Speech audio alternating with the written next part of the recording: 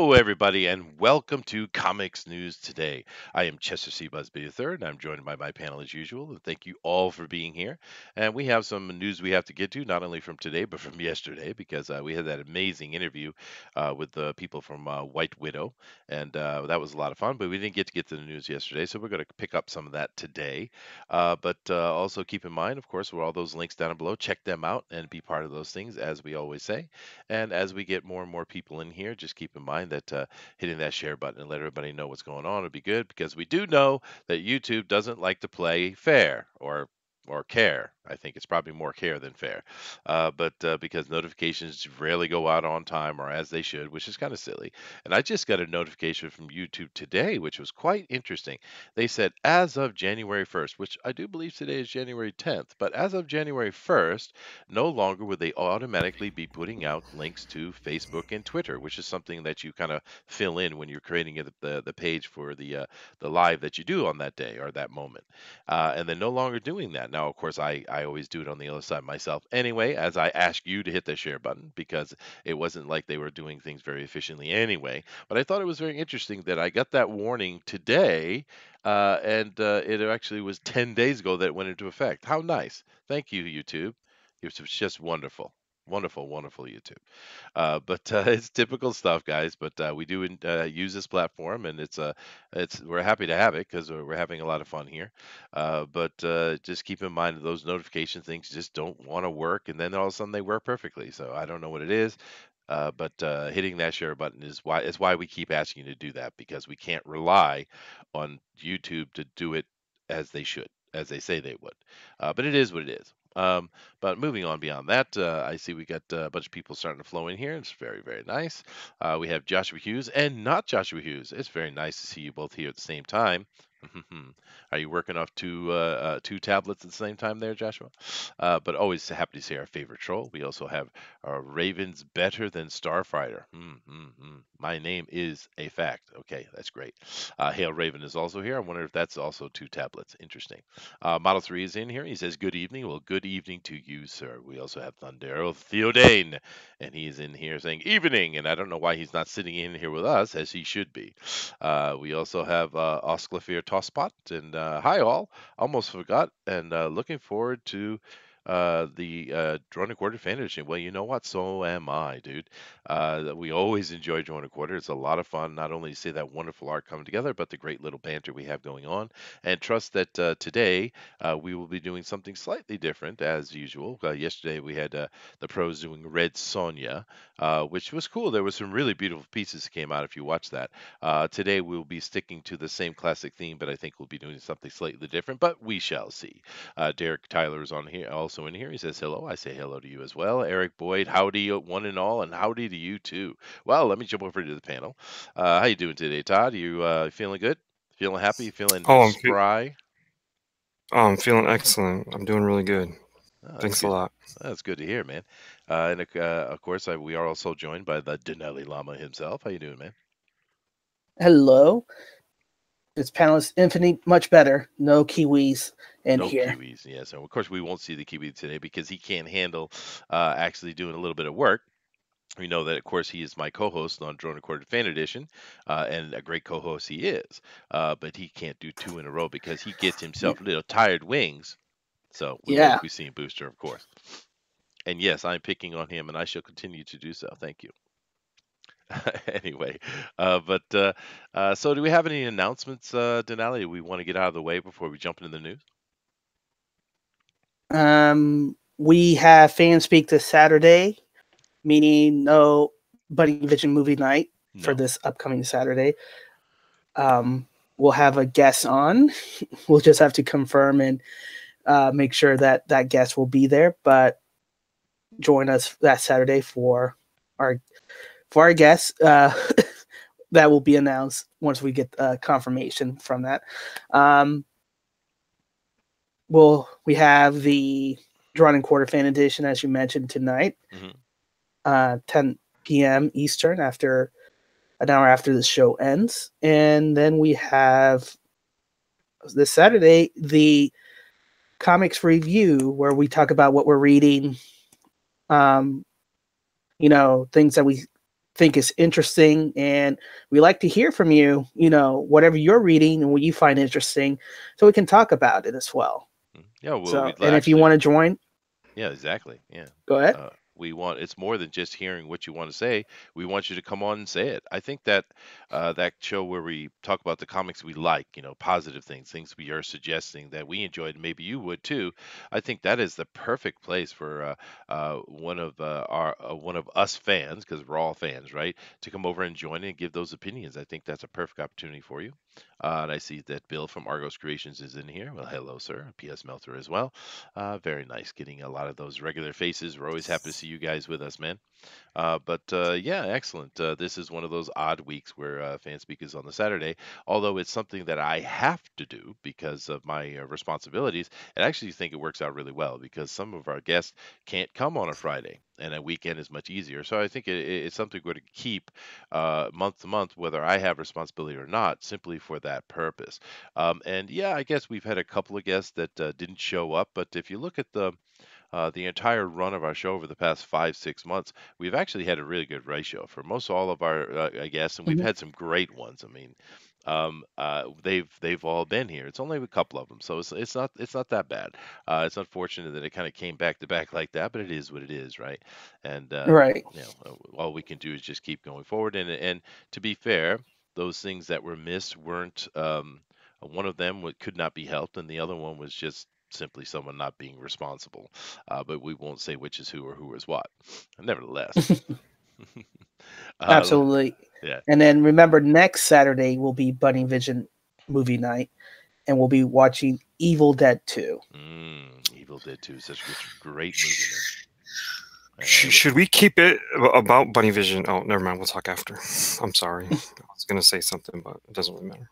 Oh, okay. No problem. Yes, I do love Bunny Vision Movie Night because it sounds cool when you say it. Go ahead and say it. Bunny Vision Movie Night. Say it with me. Bunny Vision Movie Bunny Night. Vision movie. Yeah, it's Bunny beautiful. Vision movie. Yeah, it's wonderful. I Bunny love it. Vision movie. But anyway, let's go ahead and move over here to our news as usual. And let me come up here and share it with the panel as necessary, or I could have them just guess what I'm looking at. I suppose it might be fun too. But Yeah. Ezra Miller. Oh, damn it. we haven't had a good. Denali's kind of neglecting his responsibilities and not having enough Ezra Miller. I'd say. I mean, do you guys really want an Ezra Miller? No, dude. No. Are I'll you swallow your sure? soul. Yes, Bill. No, Yes. you can throw Ezra Miller up if you like. People seem to like it; they get a kick out of it. And I don't want to be mean to Ezra, to be honest with you. I mean, we're just playing around. I mean, he's kind of a goofy, very childish person. But whatever, he can enjoy his life as he likes. We're just having a good fun, but we don't want to beat it over the head too much, right? Because we're just having fun with it. We don't want to be mean. Yeah. But anyway, Denali, go ahead and introduce this sad news to us. Uh, at 94 years old, Ron Smith died. He's the iconic artist for Judge Dredd. So, yeah, big bucket of wind. So, 2000 AD had announced that he passed away. So, big bucket of wind, so to speak. Yeah, well, I've certainly read a lot of 2000 AD, which is kind of weird because I think a lot of Americans didn't have access to it when I was young. But in the area I lived, you actually could get a 2000 AD in America. I don't know. What about you, Todd? We lived in similar areas when we were kids. Could you? Was it on the news rack when you were a kid? Not the news rack. No, I wouldn't say that. No, it had to be in a local comic book shop where I first saw this. And that doesn't. It goes back to sort of Dave Gibbons. So I don't even know who is as smart as I am. I don't even know who this guy is, to be honest. Well, I mean, they're just showing a respect to one of their artists from the past, and he's done quite a bit of stuff. It seems he's from the old guard. I mean, the old guard. Yeah. And it's nice to show respect to your creators that have been involved with you, and that's rest in peace, Ron Smith. But I do remember where mainly got my comic books, because it wasn't until I was much older, that there was actually such a thing as a comic book store. When I was a kid, I went to this local. It's all. I guess we'd call it a convenience store today, but it was more like one of those deli slash pharmacies slash convenience store places. You remember those old? Right. What do they Yeah, call like those? they. Bodega? Oh well, we called them drugstores. No, this is That's what, this is more like a that's. bodega. Oh, bodega. Yeah. Yeah. Where'd you live in Spanish Harlem? Well, I'm just kidding. no, I know where you here, live. Charlo. uh, but and I usually used to go down and get my comic books out of there, and they had the spinner racks, but they also had certain things that were sitting in the on the news rack, you know, where you get magazines and stuff like that. I think Heavy Metal Like was Easy one of Rider. those. Yeah, yeah, Easy Rider, Heavy Metal, um, and I think if I remember correctly, that's also where 2000 AD was sitting. But I used to get that, and I Yeah. used to get one of those great sandwiches. You ever had those where it's the two cookies with the vanilla ice cream between it? Oh, those are Oh really good, yes. dude. And that place made their own too. This wasn't some commercial thing. They made it themselves. And they also had this most awesome birch beer that they made themselves. Oh Oh, you're goodness. killing me. You're I killing know, me. dude. It's been so long. I don't know if you guys have ever had those really good homemade ice cream sandwiches or the or birch beer. I don't even know if most of these people know what birch beer is. That's kind of really to locally to us, I think. But let us know Oh, if yeah, I you think guys so ever had too. that. Yeah, love birch beer, man. It's killer. I think most people would probably recognize cream soda, but it's a little different in it. It is. Birch Mhm. beer is almost somewhere in between cream soda and what, root beer? Yeah, sarsaparilla, I'd say. Yeah. Yeah, yeah. Yeah, Chipwich. Yeah, I like that, dude. But those are good too. But Derek, but these were just homemade ones they made in in that bodega, and oh, they were killer, dude. They're really, really good. When we were kids, there were things called Carvels. It wasn't go Oh get your yeah, Carvel cake in the Big Y. We had Carvel stores and locations. yeah. And they had remember their ice cream sandwich was really good Oh too. yeah, it They had was. it between two chocolate cookies. Hmm. Mm, Carvel. Yeah, awesome. that's been it's been so long. I've been outside of my home for 23 years, man. All these things are just nostalgia to me. I don't even remember what they call. Yeah, five and dimes. Yeah, that's right, Bill. Yeah. Oh, we're old men talking about old stuff here, guys. A little spicier cream soda. Yeah, yeah, yeah. That's right, Model 3. I love birch beer, and especially the homemade stuff when you could get it. Anyway, we're Mm, way off topic. Rest in peace, Ron Smith. Rest in peace. definitely. Yes. Yeah.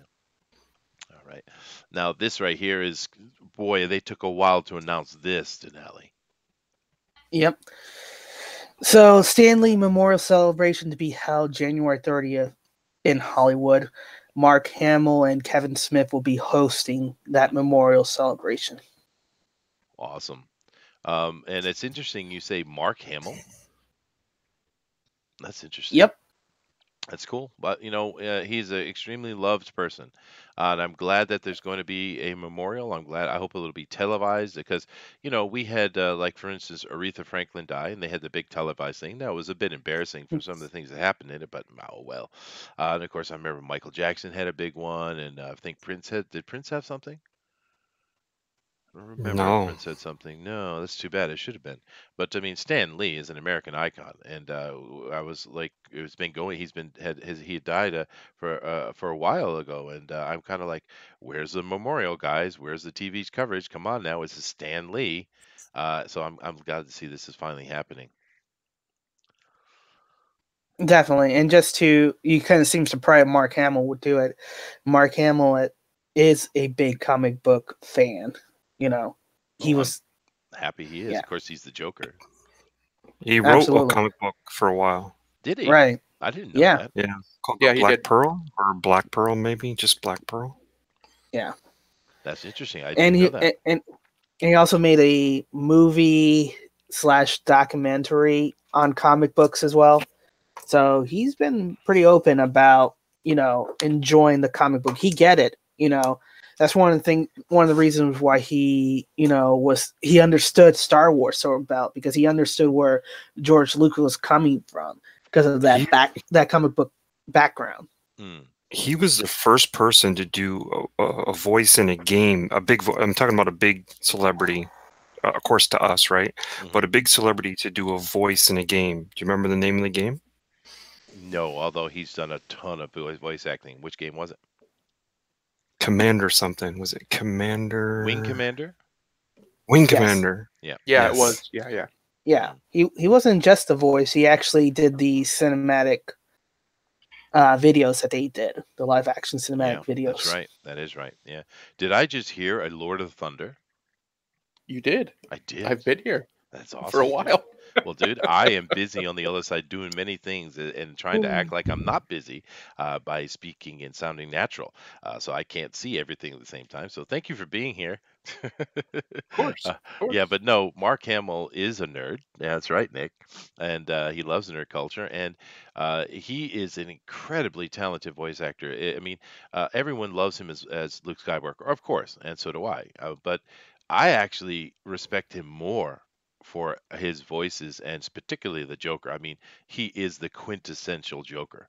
It's Yeah. ridiculous, dude. I mean, it's to see him do that live on stage or even watching a video, to see him do just come out with the Joker voice. It's almost psychedelic effect because it's like, Well, wow, what's happening right now, right? Yeah, well, I mean, if you watch the Flash '90s Flash show, he was the trickster, yes, and he that's right. used the same voice there, so it wasn't too surprising. He's also the trickster on the CW Flash as well, Oh, okay, Right. okay. on the So, live action one. yeah, no, Yeah. Mark Hamill's wonderful, so it's going to be really cool. And of course, Kevin Smith catches a lot of flack because, well, Smith is a bit of an idiot sometimes.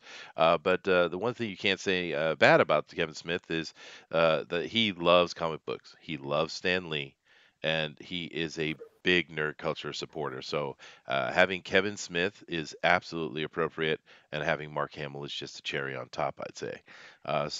Yeah, I'm looking forward to this. I hope it's televised. I hope it isn't some I don't know. Do you know? Are they going to televise it, or what's the deal? I mean, I would expect so because it's Stan Lee, but Yeah, sometimes you don't know what the fine details are. So that's true. I It believe is from whatever. strange. Hmm? It is strange because I'm rather surprised there wasn't more of a big deal made about it. Like you didn't see Marvel movie marathons or just anything like that you would normally see because there is nobody in the comic world and really in pop culture that's alive right now that's bigger than Stan Lee. No. And they didn't really make a big deal about it. It's weird. It's very strange. And like you said, that it took this long is also very strange. It I don't know if they were is. just waiting for after the holidays or I don't Maybe know. it just they took time to get together. I don't know, but I'm glad at least it's happening. But if you read between the lines in this article, of course, that's assuming this article actually knows any more information. But it's saying it's being held at the Chinese Theater in Hollywood. Okay, fine, that's pretty normal. And then down here it's saying afterward, Smith will be hosting a private tribute at an IMAX theater. So seeing as this is a private thing, then this is saying that this is a very public thing. Therefore, I hope it is televised. It should be, man. He deserves it. But Yeah. we will see. Yeah. But then again, I don't know. Whatever. But once again, uh, we're it's a sad loss, but it's also kind of a happy thing in a way. I mean, the guy lived for such a long time and did so many things, and so I'm sure we'll do that. And who knows if it's on at the right time and stuff, we might even be able to semi-stream it. I don't know if we could probably do through Rabbit or something like that. But anyway, we'll talk about that then. Let's move on here. Let's see. I could do this one for fun, but let's get another stupid one out of the way first. No, let me I didn't find know it. No. Stan Lee. I didn't know Stan Lee was a stupid one. I guess it came off that way, huh? Yeah, no, I just get a silly one out of the way and then get into another good one is what I meant. But here, this one guy Mm. right here. Go ahead, Denelli. Fine. Fortnite creators buy entire forests to prevent them from being chopped down. Now, offhand, this billionaire here that has made a very successful game and good on you. He is trying to save forest. Oh, awesome! There's nothing wrong with that. But where is he trying to save forests? Because as many of you may or may not know, I guess that in America, most of the wood we get is actually coming out of tree farms, and this has been going on for a very long time. right? It's not like America's just chopping all the trees down. We've been in the tree farming business for decades upon decades, right? Now, if you there are other places in the world where they're not being smart like that, and there's clear cutting. This is a true, and it's a problem, right? It's not Yeah. the smartest way to do it, right? It's just like with the Japanese. They know they can't overfish their oceans, so what do? They started fish farming. It's the same thing with in America, and many other Western countries have been doing this for a long time.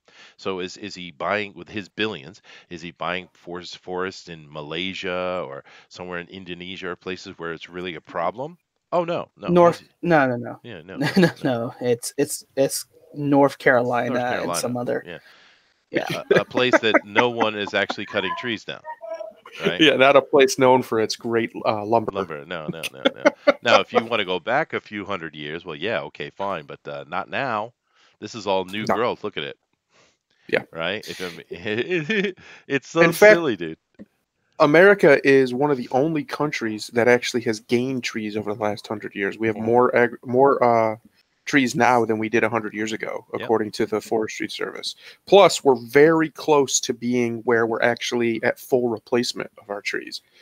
We're one of the only countries in the world that's like that because the logging industry started getting serious about conservation 40 years ago and started planting basically tree farms, like you're saying. They cut in a square Yep. and they'll plant a big patch, cut the next patch, plant that patch, and by the time they get back around, they have a full new patch of fully grown trees to cut. Yep. It just makes sense. It's logical, and this is just a massive virtue signal, basically. It It's is, ridiculous. and they really should have titled it that this fella, the Fortnite creator, is in he actually donates to a tree preservation project, because that's what they're doing. They just want to make this a safe park like place and make sure that it doesn't get, because what really would be the threat is people building houses or businesses, not the cutting of the trees themselves for farming, right.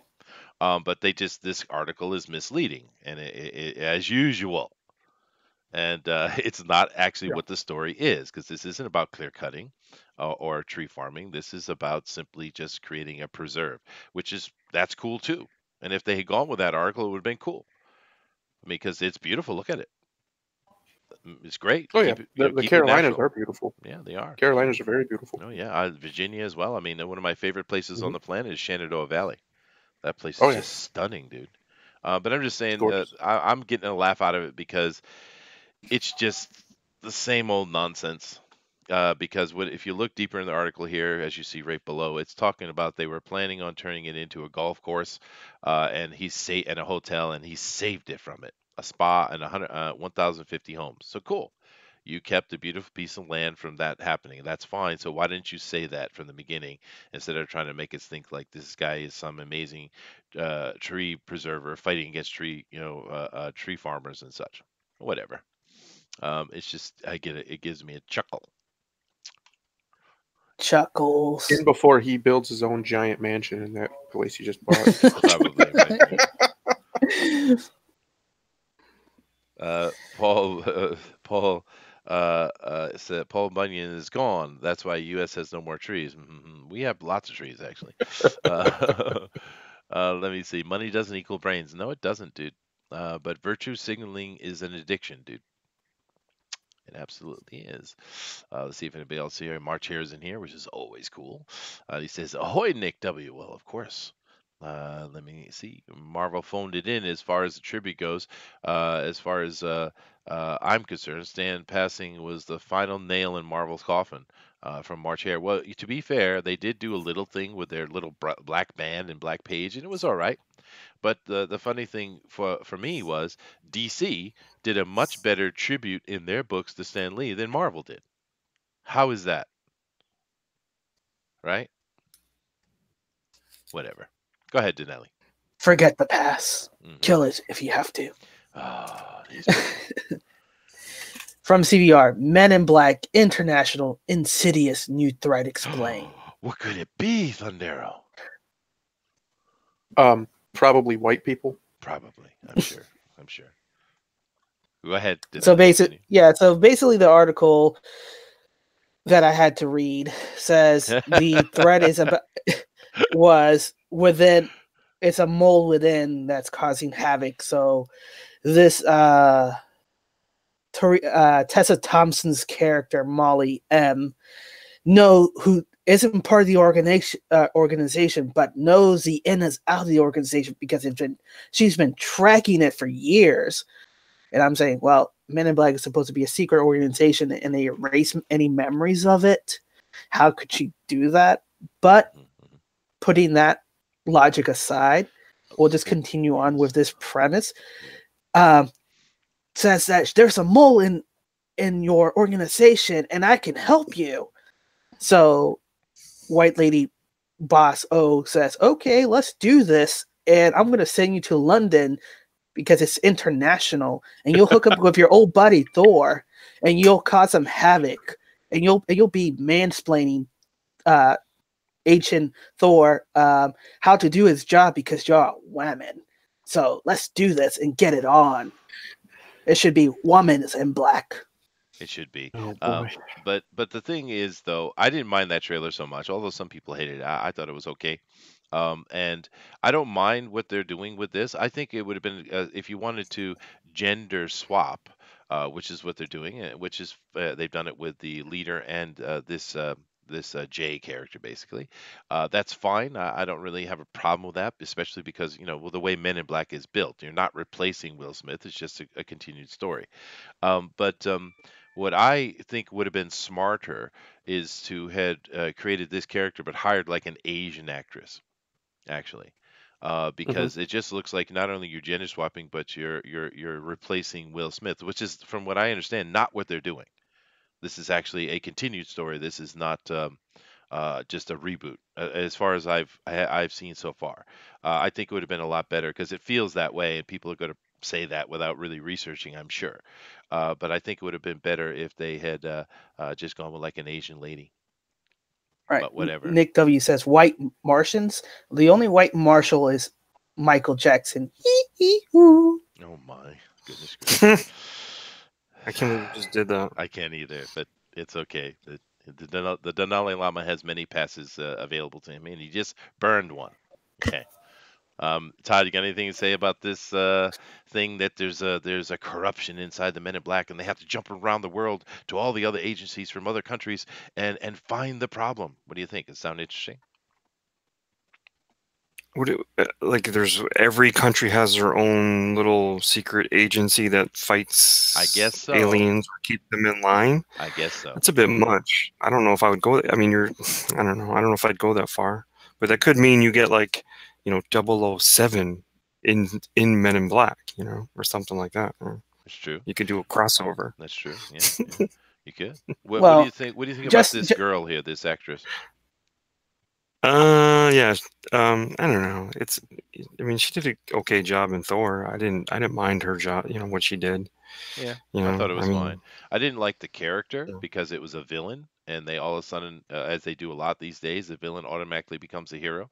But it seems that's what they want to do these days. They want to be gritty, and the bad guy is actually the way humanity is, so the bad guy's the hero. I don't know this thinking that's been going on recently, but it is what it is. But I thought she did fine as an actress, and like I said, the trailer looked cool. Did you guys like the trailer? It's forgettable. I completely forget it. I don't even remember it. Yeah, I don't even remember. To be honest, I don't even remember. I remember watching it with you guys. I just don't remember what happened in it. Yeah, well, that's true. So Nick I would say the villain is Liam Neeson. I'm calling it. Yeah, maybe, dude. I would say that's a terrible sign. If we all just can't even remember what was in it, that's a terrible sign for how much this movie has an impact. True, but the Hellboy trailer scarred my brain. You see, so it's a little different. At least this one didn't hurt me, because that Hellboy was so bad, dude. It's so depressing too, because I love the Guillermo del Toro movies, man. I love them. Oh God, it looked like a bad BBC TV series, man. Oh, whatever. Moving on. Oh, too bad Booster is in here. Tom King, his favorite person. Go ahead, Denelli. He'd go or something like that, right? Maybe. That's what he usually does. He would go like King, but it would sound like King, and then I would we would all feel bad because then we would remember the monstrosity that was Into Darkness compared to Star Trek 2. But Tom King teases Batman and Catwoman getting back together, and at this point, we don't care. Next. Yeah, no, I'll be honest. yeah, I've never. honestly, I mean, I agree. Next. okay. I'll be honest. I've next. never understood this Catwoman Batman thing as more. It should only be ever be a fling. Trying to make it anything more than that makes absolutely no sense for either character. It's true. I've always seen her as a booty call, for going both ways. Yep. But which is fine. But the fact that they were going to marry him, I was like, okay, cool. We're going to go that way. And then the fact that not only them, but many other storylines that were going on across the big two, were doing the same thing. And basically, aha, you thought they were going to get married. We pulled the carpet off from under you. Ah, you idiots. Yeah, go to hell. That was the what was it? The New York Times that ruined that. Oh, I don't remember. I believe. Yeah. Well, that was the only time I was grateful for the time. I think the New Yorker or whatever New York Times spoiling is like, yes, yeah, I don't have to waste money on this that I already kind of guessed was going to happen. Yeah, it's just the typical. But it really sucked. But it really sucked for the retailers because then they had merchandise that they couldn't push because nobody wanted to get the book. But to be fair, DC, because of that debacle, DC did allow salebacks. Although the stores had to pay for shipping, I get it, but they were able to return that, so that was a cool move on DC's part, I thought. But anyway, now this one right here is something to talk about actually, and we'll get into this real quick. And let me come down here. March Hare says, "Sorry, just seen your question, Nick." Oh, he's talking to someone else. Okay, go ahead and tell us about this here, Denali, because this is a topic of conversation. Rumor: Joker contained pointed commentary on Donald Trump. And I thought my jokes was bad.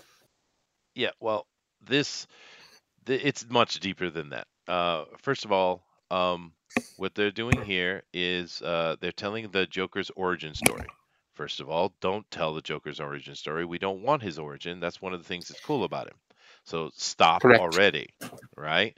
Second, not only are they telling his origin story, they're turning the Joker into an activist, meaning he's a good guy from a certain point of view. He's fighting against the harm of politics. He's a How can you get a for character vendetta. so wrong? And it's my God, someone needs. He's none of those things. He's none of those things. He's a psychopath who loves killing people and it's just his joy of his life to cause pain and torment and death. He's just a psychopath. Walking madness. Yes. He's living, walking madness. He's chaos incarnate. The idea behind him is, well, it has become anyway, well, not originally, but what he has become is the counterpart, the nemesis, literally the nemesis of Batman. Batman is discipline and order incarnate. He uses fear, but he only does it out of, for discipline in order to try and save people. Joker's the exact opposite. He uses fear, but he does it completely out of chaos and to hurt people. What? How can you make that an anti-hero? The reason fans love him is because he's so, and I use this term all the time, deliciously evil. Yes. He's pure evil. Yes. There's no justification. There's no attempt to justify it. He's evil for evil's sake, and that's why people like him. That's right. Oscar, they're making him a hero because I was saying they're making him into a hero because he has green hair and he wears makeup. Oh goodness, Denali, that's strike 2, dude. I'm definitely counting that. But look at what they do down here. I don't know if it was this article, another article I saw. But this is why the style of the Joker has been compared to the 70s and 80s era Martin Scorsese and Sidney Lumet films. It's the Joker as Travis Bickle from Taxi Driver. You bastards! I know it's a bad joke. How does the guy who's a professional, an absolute artisanal professional at pronouncing names, say Sidney Lumet? How did you do that? Yeah, did I make Sidney Lumet. Yeah. Sidney Lumet. What's wrong with that? You said Sidney Lumet. Oh, did I was I? shocked to Oh, hear that come out of your mouth. I'm sorry. That was You my are that you. was my You're gutter my upbringing that go-to came into it. guy. That's what it was. I do You know apologize, how many Todd. times a day I go, I gotta call Chester and ask him just to pronounce this for me. I apologize. My perfection is only 99.99999%. Oh well. Oh, But beyond the point, come on, guys. First of all, we don't need the origin. Second of all, he is not a good guy in any way. This is right. ridiculous. And the thing is, not most people don't know the details of a lot of comic book characters. Of course they don't, right? But everybody knows who the Joker is. This You know, isn't going to be fans that aren't happy with you. This is going to be everybody. It was like, what the hell are you telling here? What are you doing? you know, this is actually Issue. going to make me actually want to go and watch it. Get a big giant box tub of popcorn and just start eating and laughing hysterically as the movie progresses. I know they're going to be strange eyes on me, but I'm going to be laughing because it's like a bad joke. It is It's bad, such yeah. a bad joke. March Hare says, Maybe this movie is more meta than we're giving it credit for. Maybe it's designed to be bad, like a bad joke. yeah, like a Get it? Martin 'Cause it's the Scorsese Joker. movie. Um, March Hare says, my LCS took a hit on the wedding debacle. Yeah, no, a lot of them did, but I'm just saying that DC did try to do something because of the whole thing. They tried. I was just trying to you got to give them credit where it's due, man, because it's they screw things up so often. You got to give them a bone every now and then. Oscar Fair Tosspot said, "Did I tell you how I got this scar?" SJWs have lost their mind. Model 3 says, "Hello, JP4. How you doing, man?" Um, let's see. Chaotic Evil. Oscar Fair has said, We "Absolutely." now know why they just want to have the world burn. Yeah, Yeah. fits the progressive to a T. Yeah, but see, that wasn't an incorrect statement about the Joker, though. In a way, that is what he is. He No, does not want at to see all. the world burn. Yeah. Yes, and laugh at it. That's all he And wants to laugh do. at it. Yeah, I mean, this is showing a complete lack of understanding. Of course, they probably do understand the character. They're just doing it as an opportunity to get that bad orange man. You got to get that orange man, right? Because he's really evil. Mhm. Totally, they're getting on my image. I need a royalty check for using my name. Bullshit. Well, anyway, guys, President Trump. you actually, this is no joke. From CBR, you saw an article that actually compared Joker to Travis Bickle and Martin Scorsese and Sidney Lumet. It's a real thing. It happened. Oh my gosh! So good job, CBR. Good job. They're gonna paint the town red with him. Unbelievable, Maybe a dude. little bit All blue. right. I think Now- no blue. Now, this right here actually going from absurdity into something that's pretty cool. Yeah, Thor, Stellan Skarsgård to play villain in Doom. He's actually playing the Baron Harkonnen. He's Baron been cast Harkonnen. as. So I wonder how much prosthetic he's going to be on for that portrayal. Well, I mean, the one in the original movie, of course, and of course in the book, I'm assuming there'll be a lot. But the thing, I like this guy. He's a good actor. I usually prefer him kind of in the like detective role or that kind of. I mean, he's more of that supporting character or that kind of low energy type of thing. So it'll be interesting seeing him playing Harkonnen because I mean, that requires a lot of gravitas, and it's not something I normally would attach to this particular actor. But he's a good actor, so I think it's a interesting role to see him do. Do you guys, do you have any opinion on this, Todd or Thundera? He is a good actor, and He that is. I'll give him, and so that's fine. I mean, it's a good choice. I don't think I've ever seen him play a bad No. role, like make a role look bad or anything like that. And of course he has two brothers that are also actors. Sons. Sons, yeah, sons. Sons, Yeah, so Denali was telling me they're all about that earlier. Yeah. Yeah. But no, he's one of what do they call these guys? He's one of those workman actors, or Mhm. we see he's one of those actors you see everywhere, but isn't necessarily the one in the front. Where that's like what do they I call that? mean, yeah, yeah, he's a workman's actor. Yeah. Um, I mean, he's a character actor sometimes, if he plays the same type of character. Yeah. But, some of his title has been, he's been in The Hunt for Red October, great movie, Good Will Hunting, Demons, um, The Girl with the Dragon Tattoo, not the American version, the actual Swedish the original version. one. Yeah. Yeah. Yeah. Oh So, no. Mamma Mia. Yeah, I think he was in Mamma Mia Oh, as we well. don't talk about that film here. I know. I was just joking. Goodness gracious! I set the rules out very plainly, Todd. Yeah, but I like him. It's good news. Great. I mean, we're seeing some interesting things so far going on with the Dune reboot, I guess. But yeah, I hope it's cool. So far, it's been good news. So moving Yeah. on. Moving on. So Green Lantern,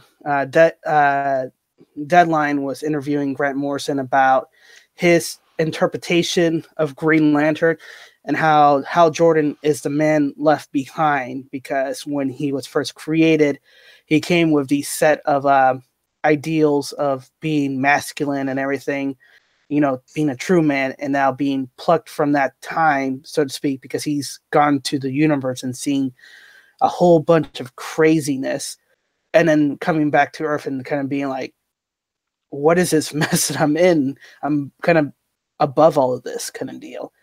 And it's kind of like his interest of his story, that story that he wants to tell. It's like, what do you do to the man who was from that era, who's seen, I guess, basically God and the cosmos, and then come back to this normalcy, to this time period, so to speak. And that's basically what was the interview about. Mm-hmm. And it's kind of, it's typical Grant Morrison fashion, because one of the questions is, do you think that, would you be interested seeing that interpretation in the big screen? And he's like, yeah, it would be interesting, but I don't know if they could, accomplish it, because they haven't even gotten the original Hal Jordan right still. Yeah, it's true, but I mean the thing with Morrison is he likes to do these kind of things, and he does it really well. So like for instance, this image up here of the obvious Judaic God, right? And we know that DC's God doesn't look anything like this. They usually portray him as a little short guy. Looks like he'd be in place in the 1890s, right? But this is obviously the Judeo God, right? I mean, obviously, he's even got the crook. I mean, here. I mean, come on. But this is what Grant Morrison does. It's the cartoonist. Yeah. Don't you see by the purple fog coming Exactly. out? Exactly. But the thing is, like we said before, he's very liberal in everything he does, and he always wants to make some political point, but he does it in the right way. And he's really good at what he does. I mean, Grant Morrison. I mean, I don't agree with probably any of his politics, but he does it right. So as far as I'm concerned, go for it, dude. It's a long article. It's a character in form, not a creator in form. I think that's the key difference we want to point out. That's how you do it. We understand that there's politics in comics, but it's the character engaging in that politics, not being a mouthpiece for the creator's politics. Because every time the creator does that, it doesn't ring true to the character, and everybody notices. And we've seen that time and time again, which is why we kind of have this movement going on saying no more politics, where we should really be clarified, no more creator mouthpiece politics. No, more character. Let's define it more simply. No more bitching. Yeah. There you go. Correct. We ended with that. I mean, right? March Hare Yeah. said he's kind of like Gary Oldman talking about Skarsgård. Yeah, in a way, I guess. Willie Reed is here. Hello, Willie. And he says God kind of looks like Alan Moore. Yeah, I guess. Um, but yeah, this is cool. You got anything to say on this, Thundera? Not really. I do like it when they get more cosmic with their stuff, but that's about it. Todd? You know what? I like Grant Morrison, so Me too. uh, yeah, I don't know why they would do this. So I mean, this is tricky stuff when you sort of weave or Christianity or religion into comics in such a way. Not that you shouldn't. I'm not saying that, but when you start depicting God and depicting Jesus, it's I don't know. It's almost a little bit out there. You know what I mean? True. Um, And there is a danger of getting to where that I can't remember the name of it, but a comic came out recently that is just simply mocking Christians. But then again, right. I've never seen Grant Morrison just mock. Now, I think he might have that opinion himself, I would say. But what he does is he questions, and that's different, right? He's not mocking. So, I mean, all we can do is go on his track record. I mean, who knows, right? Well, I mean, isn't that? I always took that like thing that's next to him as sort of a shepherd would use. I don't know why. Yeah, it's called a crook. Yeah, it's a Yeah. shepherd's crook. Yeah. Well, so is God. Is this? I get the whole idea of we're his sheep and stuff, but would he actually like hook us with it? I mean, I don't get that. I'm Yeah. not going to get into the history of that because that would take a long conversation. But just to put it simply, that there were a group of shepherd kings. These stories are coming out of Egypt, right? And they were called the Shepherd Kings, and they were at odds with the Hyksos rulership of Egypt at the time, or Kemet.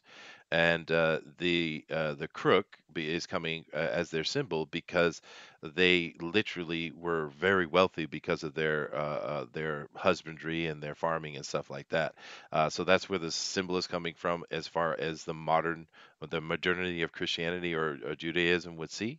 And I'm not going to get into the deeper implications of it, but yeah, it's a proper symbol for them. It makes Oh, sense. okay. Yeah, I got you. cool. Oh yeah, the symbolism in that I'm assuming that's the main cover. The symbolism in that is Yeah. fantastic. He's very good at that. He always has been. Yeah, there He you gets go. usually gets that stuff very right. So he's got everything right there. Yeah, that's right. And Bill says the Good Shepherd. Exactly. I mean, like I said, there is an actual, historical precedent that is coming out of it as well. But we don't want to get into that conversation. But yeah, you Right. go, Grant. You do what you do, man. That's what I say. Next. Oh, this is just a wonderful one. This is a really good one. You guys are going to love this. It's all entertaining and stuff. Star Trek Discovery showrunner on pleasing fickle fans and adapting James Comey tell-alls book. Did you know that you are fickle, Thundero? I didn't at all. You are very. I'm pretty sure my things I require out of a Star Trek show haven't changed since I was 12. So I don't think I'm fickle at all. No. Now tell us what the body of this article is talking about, Danelli. So basically, he didn't expect to be show running the STD because he thought the other people that he hired would be doing so. But when they said I'm out, he had to jump in and actually do it. That's why he had no plan for it the first season, and I'm pretty sure that he doesn't have any plans for the second season. And they're saying, he's been a really Star Trek fan from when he was little, watching the original Star Trek originals. And I'm saying, if you're really that of an original Star Trek fan, how can you get the whole show wrong in the first place? Yeah, exactly. Because I don't see any love in that STD, show at all for Star Trek. I see like. Wasn't part of the vision Fuller? What's his name there from Pushing Daisies? Brian Fuller, yes. Yeah, so he's the one that actually thought, oh, we should change the Klingons and stuff like that. So really, this guy can't be taking all that blame. No, I mean, he's not. That's not what he's doing. He's virtue signaling, dude. That's what he's doing here. But to be honest, the the whole thing with the Klingons and many of the aesthetic changes are because of contract problems. That's the whole reason why Absolutely. the Kelvin timeline came in. It's not just because someone wanted to do something wacky. I think it's part of that, but it's also because they couldn't have things look exactly the same because of contract arguments, and they don't own all the rights to stuff. That's why it looked different. That's the problem, right? As far as Oh, aesthetics go. no. Uh, Yeah. yeah. As far as storytelling goes, these guys have absolutely missed the boat because what they don't understand is they didn't create Star Trek. This STD is not Star Trek, it's Star Wars. And it's, Mhm. that's the problem, right? The worst part about it is that Seth MacFarlane's basically was a parody originally. The idea was what he was going to do has become far more of Star Trek than this Star Trek Discovery ever will be, and anything that they're putting out that has the actual Star Trek label on All it. right. And Yeah. here's the thing, because how it was pitched, there's a Star Trek Discovery, and it was supposed to be, following the crew of a Section 13 crew. So this is the Black Ops Star Trek, and and that kind of intrigued me because it's like I hear like what the Federation's about. How does a Black Ops Section 13 crew do when they don't have any rules? Do they continue with the traditions and they follow the mandates of a Federation officer to promoting peace, being an explorer? And it was a concept mired. It's like, does the humanity of a person, have we changed so much that if we're taken off the leash, so to speak, are we going to go wild, or are we going to be true to being to Gene Roddenberry's future, where we can become excellent? And when I first heard this, this show, that's what I was expecting. Mhm. Now that I actually stomached and watched it, it's basically all the rejects, the broken people, making a huge mess of things and then coming back and getting reward for making such a huge mess of things. Oh yeah, yeah. It's the villain being redeemed as the hero, as we've been seeing on and on, Right. which we just talked about with the Joker. That seems to be the thing that they want to do these days, to take the villain and make him the hero for some reason.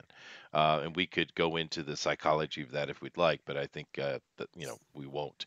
And of course, Nick W is telling me very clearly, leave the Hyksos out of this discussion, Chester. I shall. I do apologize, but I think. The thing with this, the reason why STD or Star Trek Discovery has performed so badly is for the same reason many things other have: get woke, go broke. I saw an interview with the girl. Like, what's the girl that plays Michael? I can't I, remember. I I don't couldn't even tell. know. Can't remember That's how her name. irrelevant it is. Oh, well, it is irrelevant. You're right. But she was going on and on and on about all the trouble with Star Trek Discoveries because of racism. I'm a black woman and they hate the black women. What? No, your character is boring, disloyal, Villainous. If there's one fan villainous. base you could never even have a chance of that sticking to, it'd be the Star Trek fan base. Yes, exactly, That- dude. Are you Exactly. kidding me? Like, that's the most insane thing you could ever say. Captain Janeway, anybody? Captain or Janeway, Commander Sisko, the first ever interracial kiss ever happened on Star Trek. Yeah. Like, get out of here with that. The first Yeah. Asian to ever be a semi-lead character happened on Star Trek. Get out of here. Yeah. The Star Trek fan base is about the farthest thing you could come to racialized or racist there is to ever exist in a fandom. It's ridiculous. Yeah, Yeah, no, you tell them. well, it's true, dude. It's silliness. right. Stop this nonsense. Tell a good story. Star Trek is, and one of the reasons why Star Trek and Star Wars can sit side by side is because Star Trek is about exploration of of in general, but also exploration of the human dilemma. That's what Star Trek is. It's more intellectual. Star Wars Correct. is boom, boom, choo, choo, choo, It's a right? space fantasy. Yeah. It's pretty simple. I mean, they both have a mixture of each other, obviously, but Star Trek is aspirationalism personified. It's what we should be aspiring to. It's a perfect society where people, everything's, and there's still trouble, but obvious for drama, but that's the idea. It's aspirationalism. Whereas Star Wars is heroism. The entire hero's journey, the reluctant hero, the hero. It's literally all three facets of what make a great hero you have in the three main characters: Luke Skywalker, the destined hero, the reluctant hero in Han Solo, and the forced upon hero, kind of the one that was born that way, in Leia. And every one of them have their own hero's journey. Even the bad guy, ironically, has a hero's journey in Darth Vader. He does. So it's heroism personified. They are very different shows. One is or very different franchises. One is designed to be a much more cerebral, aspirational thing of this is, what if humanity actually did make it? And the other is just basically a fairy tale in space. Yeah. And that's why they can stand side by side so well. That's right. Exactly, dude. Nick W does say something very interesting, funny, I think. Studios season 2 logic. The fans don't like STD. Give them the Spock. That'll shut them up. And of course, we saw the Spock, and he was bearded. and he was emo and yeah, moody. He was. I was like, oh my god, you people do everything exactly wrong. It's like they look at something and they go, what would be the wrong way to do this? That's how we're going to do it. It doesn't make any sense. And March here, whoa, Chester, I can't believe you're hating on Star Wars. Dude, I'm not hating on Star Wars at all. I love Star Wars, dude. I'm just saying they are extremely different. Star Wars is good, simple fun. It's just exciting space opera. Star Trek is an attempt at a more intellectual look at the possibilities of human future and the dilemma that it is to be human. Star Trek is far more intellectual than Star Wars, but you can love them both, and I absolutely love Star Wars, dude. Don't get me wrong on that, dude. But they're just different. And it's crazy that both of these franchises are causing both companies to bleed money. Where Star Trek has caused CBS to sell their city studio properties to Amazon's Coulter Studios for $750 million because this is a complete failure.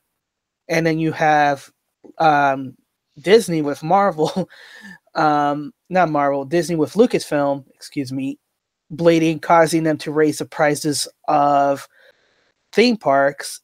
And also other, and other strategies to come up with funds. That's why you're seeing Dumbo, Aladdin, and Lion King. Instead of coming once a year, you're going to have all three of them coming this year. Plus, Episode 9, which is going to be a complete disaster, trying to recoup all the money that Star Wars has lost for Disney. So here's what's great about the Star Wars thing for Disney. People can talk all they want about how bad the prequels were, and they pretty much objectively were bad movies. They still made money. They still printed money for George Lucas for over a decade. He was printing money like nobody's business. Disney can't print money at all with these things. They're losing money left and right. Yeah. They can't sell. They can't sell merchandise. They can't sell tickets. They're killing it. And you could say his movies were bad, but still printed money. It's true. And an interesting comment now, Joshua Hughes he's joking, and of course, but he says Star Trek is far more boring. Yeah, well, see, that's the thing. Star Wars is pretty much something that everybody can love, right? It's very universal. Star Trek, certainly, it has its core type of thing, which is why it's never been as successful as Star Wars, guys. Because for a certain demographic, which I won't say who they are, but a certain demographic, it is boring because they can't get it, and that's fine. That's all right. But Star Wars is very universal because it's more simplistic story. It's very clear. Hero, heroine, trouble. That's why the reboot. Yeah, that's why the reboot, the JJ reboot, 2009. It was called JJ's Star Wars Star Trek because it had the same beat as Star Wars, which is why it did horribly. Yeah. The only really cerebral stuff, you have to look beyond the outer layer of Star Wars to get to it. Vader's story is pretty cerebral, about a fallen hero, which you learn later, but that's the idea. And and obviously the father and son dynamic between Vader and Luke Well, you know is what I very mean, dude. cerebral. I would be No, I know what you mean. I'm simplistic just saying about it's it. much Yeah. more superficial at the beginning of it, but if you look deeper, there is a lot more there. But Star Trek is pretty much the opposite. It's right in your face deep. At least that was what it was designed to be.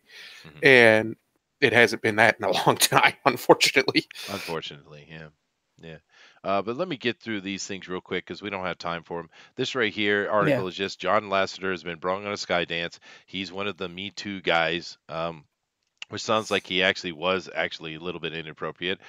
He obviously wasn't that big a criminal because they decided to bring him on a Skydance, but the women's are upset. So, okay. This right here, Vision and Scarlet Witch getting a Disney Plus series. Cool.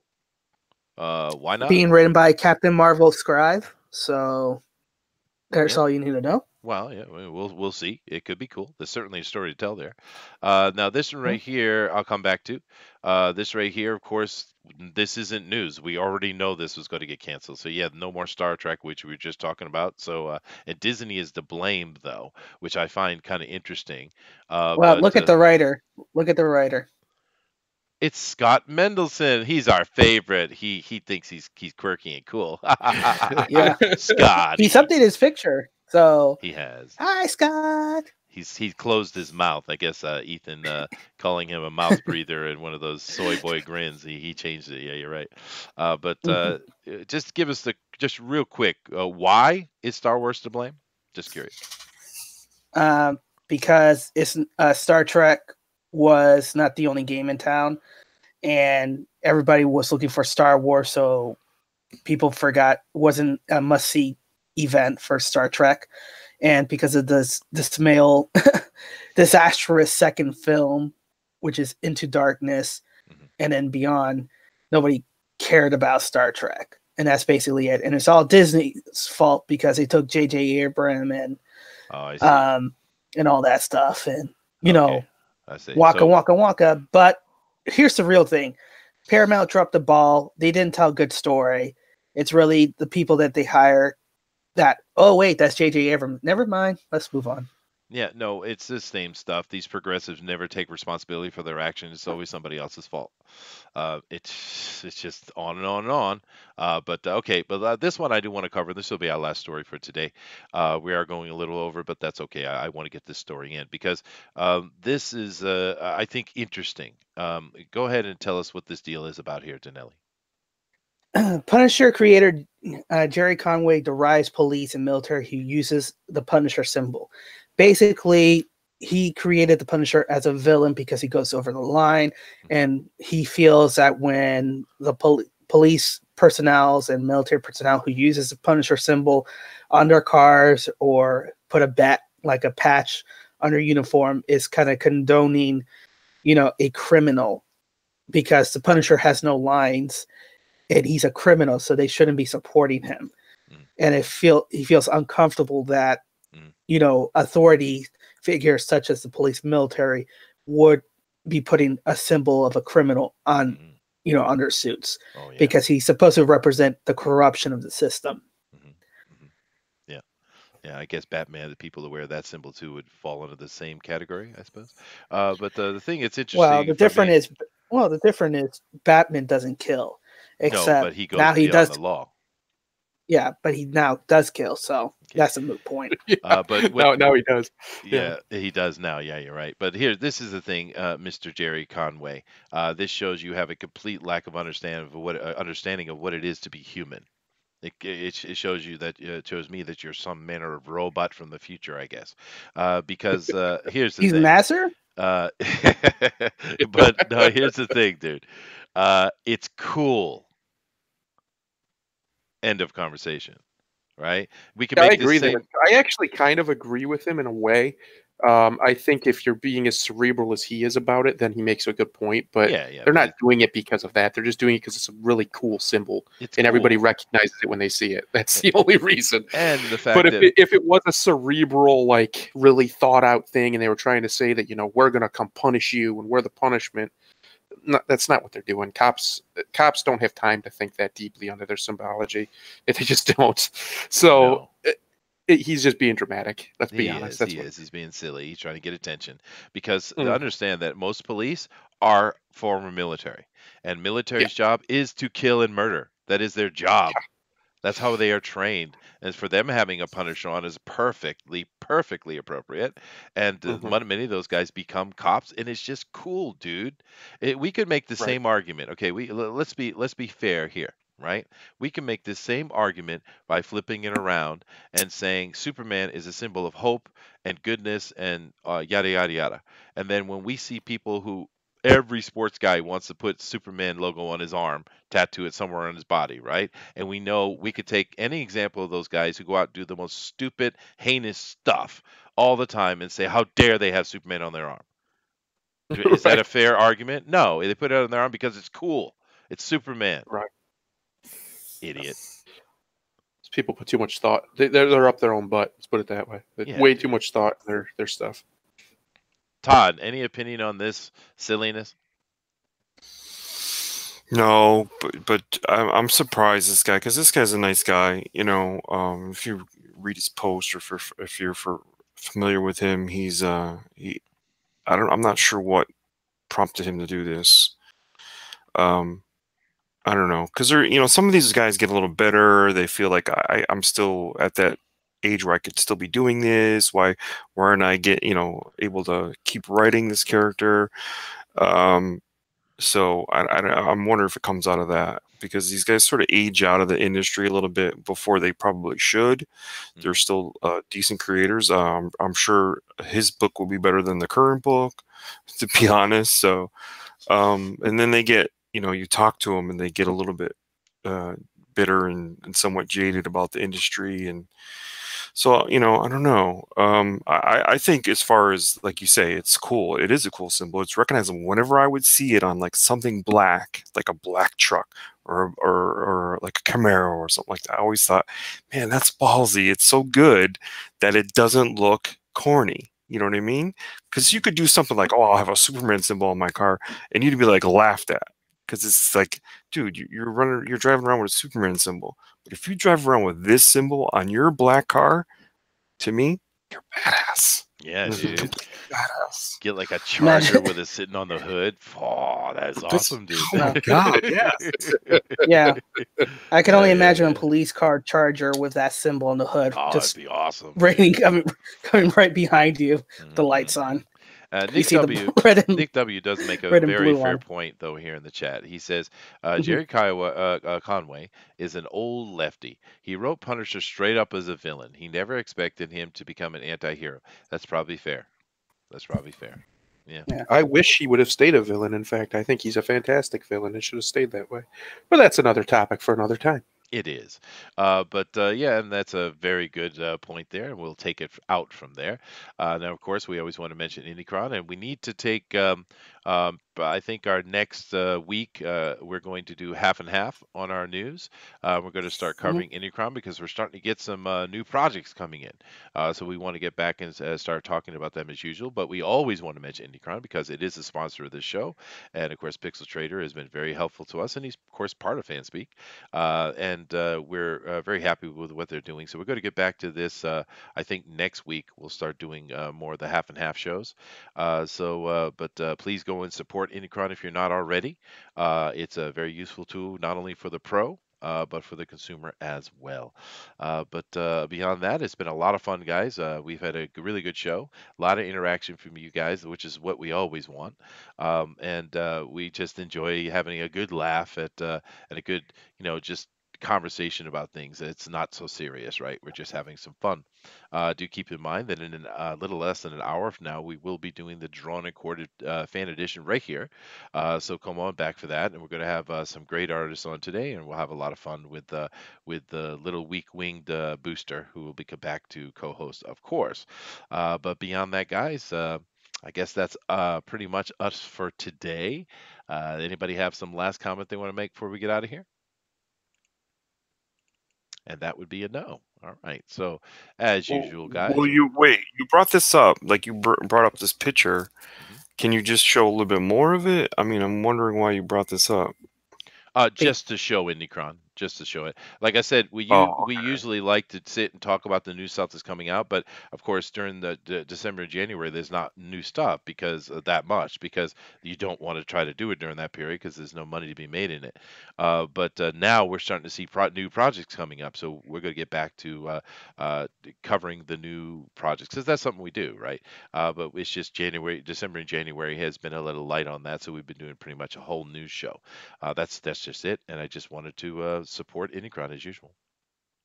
okay. Go ahead, Janelli, take us out, man. All right. Well, as always, thank you for joining us. We'll catch you on the next show at 10 p.m. Eastern with Drawn and Quarter Fan Edition. Check out the artists, see who wins, vote for your favorite one, and then catch them out at the Pro Edition. But as always, your perception shapes your reality, so always make it a good one. Namaste. All right, guys. Later. Later. All right, I'm talking on the outro. Aloha.